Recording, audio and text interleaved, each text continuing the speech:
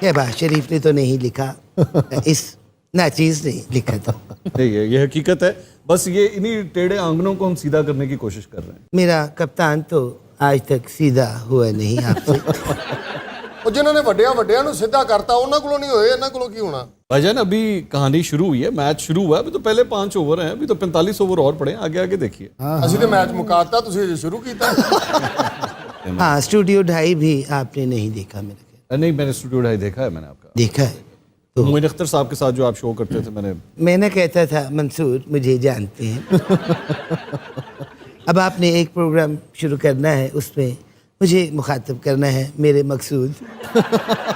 खान साहब कराची कितना अरसा रहे आप? मैं शाह साहब तकरीबन 8 साल। 8 साल। और पहले यानी कि आप लाहौर से गए और फिर वहाँ रहे? जी, पैदाइश मेरी लाहौर की है। पैदाइश लाहौर। और मैं 28 साल का था जब मैं कराची गया था, फिर 8 साल वहाँ पे। तो क्या फ़र्क है कराची की लाइफ में और लाहौर की ज़िंदगी? जिंदा दिलाने लाहौर जो है वो वाकई जिंदा दिलान है, और कराची के अंदर ये है कि काफ़ी प्रोफेशनल माहौल है। मतलब हमारे यहाँ पे लाहौर के अंदर अगर काम करने का जो स्टाइल है तो थोड़ा चिल किस्म का है, मतलब उसमें कोई इतनी अर्जेंसी नहीं होती। लेकिन कराची के अंदर जो है बड़े टाइम के लोग पाबंद हैं, प्रोफेशनल हैं, डिसिप्लिन्ड हैं। ये दोनों के दरमियान एक फ़र्क है। तो कभी कभी आप इसको मिस करते हैं कि ऐसा कोई माहौल भी होना चाहिए, ज़रा आराम से हो। लेकिन फिर प्रोफेशनलिज्म कराची के अंदर मेरे ख्याल में ज़्यादा। कितना फ़र्क है, यानी कि काफ़ी फ़र्क है या थोड़ा बहुत? इन्होंने मेरा ख्याल कराची का चिल नहीं देखा। Just chill. अच्छा खान साहब, आपके वालिद साहब कारोबार करते थे और आप उनका कारोबार संभालते भी थे, फिर कारोबारी एक फैमिली से होने के बावजूद एकदम से जर्नलिज्म में कैसे आ गए? शाह साहब, मैं तकरीबन 27-28 साल की उम्र थी मेरी, और मुझे ये फील होता था कि इंसान को खुद कुछ करना चाहिए। आपके अपने बलबूते के ऊपर कोई चीज़, आप खुद आपका प्रोजेक्ट हो, कोई ये ना कह सके कि जी आपने विरासत के अंदर ये मिला और आप उसको इसी तरह ही कंटिन्यू करते रहे। तो मैंने इसीलिए एक चैनल के अंदर जाके नौकरी स्टार्ट की, और एक रिपोर्टर के तौर पे मैंने अपनी इस करियर का आगाज़ किया। अच्छा, हमारा ख्याल ये था कि सिर्फ न्यूज़ एंकर के तौर पे आप आए? नहीं, मैं रिपोर्टर था। अच्छा। मैंने एक रिपोर्टर के तौर पे आगाज़ किया। अब इसको आप मेरी किस्मत समझिए कि क्या, कि जिस महीने में मैंने आगाज़ किया उसी महीने में अदलिया तहरीक शुरू हो गई, इफ्तिखार चौधरी साहब वाली। तो बिल्कुल हर जगह एकदम अफरा तफरी का माहौल हो गया। आपको जलसे जुलूस कवर करने थे। पहले महीने के अंदर ही कहीं पे आंसू गैस, लाठी चार्ज, तो बहुत इतना कुछ होना शुरू हो गया। 2-4 सोटे इन्हों ਨੂੰ ਪੈ ਹਿੱਟ ਹੋ गए। इनको वैसे मेरे बारे में काफ़ी पता है। आप इनके पसंदीदा एंकर हैं जी। तो उसने मुझे काफ़ी मतलब थ्रिल दिया कि ये तो बड़ी ज़बरदस्त फील्ड है, और वो सिलसिला करते करते आज 15 साल हो गए। मंसूर भाई बड़े अग्रेसिव एंकर हैं आप। मैं जनाब कि 150 किलोमीटर के नाल गेंद सुटना मैं।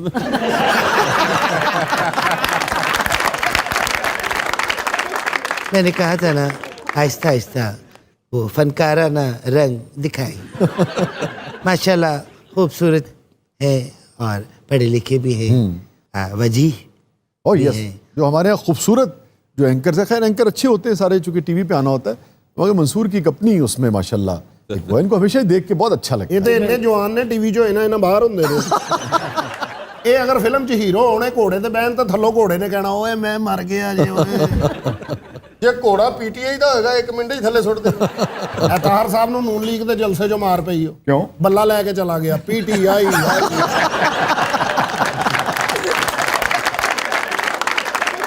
खान साहब, ये क्या वजह है कि हमारे यहाँ, बस मेरी राय, हम चूँकि दोस्त भी हैं, मैं आपको बहुत बहुत ज़्यादा करीब से जैसे कहते हैं कि जानता हूँ, आपका उठना बैठना, आपके बहुत सारे निजी मामलात पर भी, मतलब जैसे कहते हैं मैं गवाही दे सकता हूँ आपके किरदार की, बहुत ज़िम्मेदारी से मैं ये बात कर रहा हूँ। मगर ये क्या वजह है कि हमारा ओवरऑल जर्नलिज्म में एतबार कायम नहीं है, किसी का भी वो नहीं रहा। जब कोई शख्स बात करता है, वो कितनी ही दलील से क्यों ना बात कर रहा हो, फ़ौरन ये इल्ज़ाम लगता है कि भाई ये दूसरे से मिल गया है या कोई ना कोई गड़बड़ है। इसकी क्या वजह है? मेरा ख्याल में शाह साहब, इसकी बहुत बड़ी रीज़न एक तो सोशल मीडिया के ऊपर जो है, अगर कोई एक सहाफ़ी कोई भी बात कर रहा है, तो अब आपके पास अगर जवाब नहीं है तो उसका बहुत आसान तरीका ये है कि आप कह दो कि ये जो शख्स ये बात कर रहा है इसकी कोई क्रेडिबिलिटी नहीं है, ये बिक चुका हुआ है, इसने पैसे ले लिए हुए हैं, इसने ब्रीफ केस ले लिए हुए हैं, या इसके पास पता नहीं कितनी मालो दौलत है। तो ये एक बड़ा आसान हल है आपके किसी भी सवाल के जवाब को देने का। आप उस पॉइंट पे नहीं आएंगे जो सवाल वो सहाफ़ी उठा रहा है, लेकिन आप उसको नलिफाई करने के लिए सिंपली इतनी सी बात कह देंगे और कहानी ख़त्म। तो ये एक स्ट्रैटेजी है जो चलती है, और ये सिर्फ मैं ये नहीं कहूँगा कि इमरान खान साहब या पीटीआई करती है, यहाँ सिर्फ सब भी सिर्फ पाकिस्तान नहीं, आप चाहे डोनाल्ड ट्रंप को उठा के देख लें, आप नरेंद्र मोदी को उठा के देख लें, CNN एक तरफ है, फॉक्स न्यूज एक तरफ है, Fox एक तरफ वो है। सारे ही इस स्ट्रैटेजी के तहत काम करते हैं कि भाई जहां कोई मुश्किल सवाल आएगा आप सिंपली कह दें कि ये बिका हुआ है, कहानी खत्म। That's it. अच्छा खान साहब, आपके बचपन के बारे में मेरे ख्याल में कम, चूंकि आप बहुत ही कम जाते हैं शोज में, जी। अभी भी ये तो हमारी मोहब्बत है कि आपने हमारी दावत और रिक्वेस्ट कबूल कर ली, आप तशरीफ ले आए। कुछ बचपन के बारे में बताइए, शरारती थे, कैसे थे? नहीं, मैं एक्चुअली बड़ा एक डिसिप्लिन बच्चा था। एचसन कॉलेज से मैं पढ़ा हुआ हूँ और एचसन कॉलेज के अंदर पढ़ाई में भी और स्पोर्ट्स में भी, दोनों में ही जो है वो अच्छे खासे अवार्ड्स मैंने जीते हुए।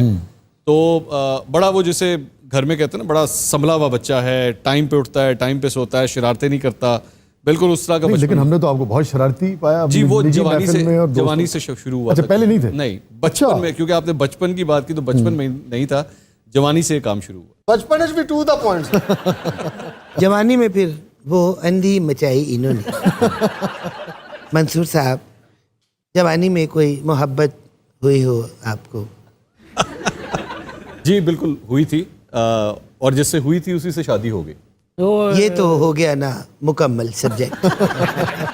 हम उन मोहब्बतों का पूछ रहे हैं जो पाया तकमील तक ना पहुंची। अरे वाह। ये इनके अगले ड्रामे का टॉपिक है। नहीं, वैसे मोहब्बत आपको एक ही बार हुई? आप यही कह सकते हैं एक ही बार हुई। नहीं, यही कह सकते हैं क्या मतलब? भाई उन्होंने घर भी तो जाना है। नहीं, ये जो जुमला है ना, यही कह सकते हैं, अब ये कटेगा नहीं। नहीं, आप काटिएगा भी नहीं। मैं तो खुद फ्री स्पीच के हक में हूँ, तो आप काटिएगा भी नहीं। वो इसलिए क्योंकि जब आप उससे ज़्यादा पहले की जो उम्र थी उसमें आपको पता भी नहीं होता कि एक्चुअली ये मोहब्बत भी है कि नहीं है। हम तो उसी कश्मकश में रहते हैं। तो ये वो वाली स्टेज थी। अच्छा, आप ये कहना चाह रहे हैं कि जब सबा बहन से आपकी मोहब्बत हुई और शादी हुई, उससे पहले हुई, उससे पहले, उसके बाद नहीं? उसके बाद नहीं। तो उससे पहले जो है वो जो भी दौर गुजरा उसमें समझ भी नहीं थी ये मोहब्बत कहलाई भी जा सकती है कि नहीं। इतने भी मासूम ना बने। माशाल्लाह, इतने हैंडसम हो और हैंडसम ना हो। अब ये खान साहब वाला हैंडसम है। अच्छा, तो किस नौयत की मोहब्बतें थी जी वो? नहीं, वो मैं मिसाल के तौर पे किसी के कभी कोई कपड़े पसंद आ गए, किसी के कोई बाल पसंद आ गए, वाह। इसको मोहब्बत तो नहीं कह सकते। हाँ, इसको जरूरत कह सकते। नाज़रीन, स्टे विद अस। छोटे से वक्त के बाद वापस आते हैं। हमारे साथ मौजूद हैं मैंने ओनली मंसूर अली खान साहब और अनवर भाई। आप देख रहे हैं जबरदस्त।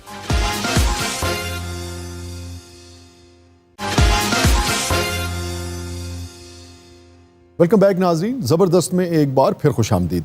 हमारे साथ मौजूद हैं मंसूर अली खान साहब और अनवर भाई। मंसूर साहब, ये फरमाइए कि एंटरटेनमेंट के लिए कुछ वक्त निकालते हैं आप कि नहीं? जी हाँ, बिल्कुल। एंटरटेनमेंट के लिए वक्त निकालना पड़ता है, क्योंकि अगर ना निकालें तो ज़हन काम करना बंद हो जाता है। जहन काम करना बंद हो जाए तो एंटरटेनमेंट क्या खाक होने। किस तरह से अपने आप को रिलैक्स करते हैं? टीवी सीरीज देख के या किताबें पढ़ के, या फिर एक शौक है जो आप भी बहुत अच्छी तरह जानते हैं, और वो है पहाड़ों की तरफ जाने का।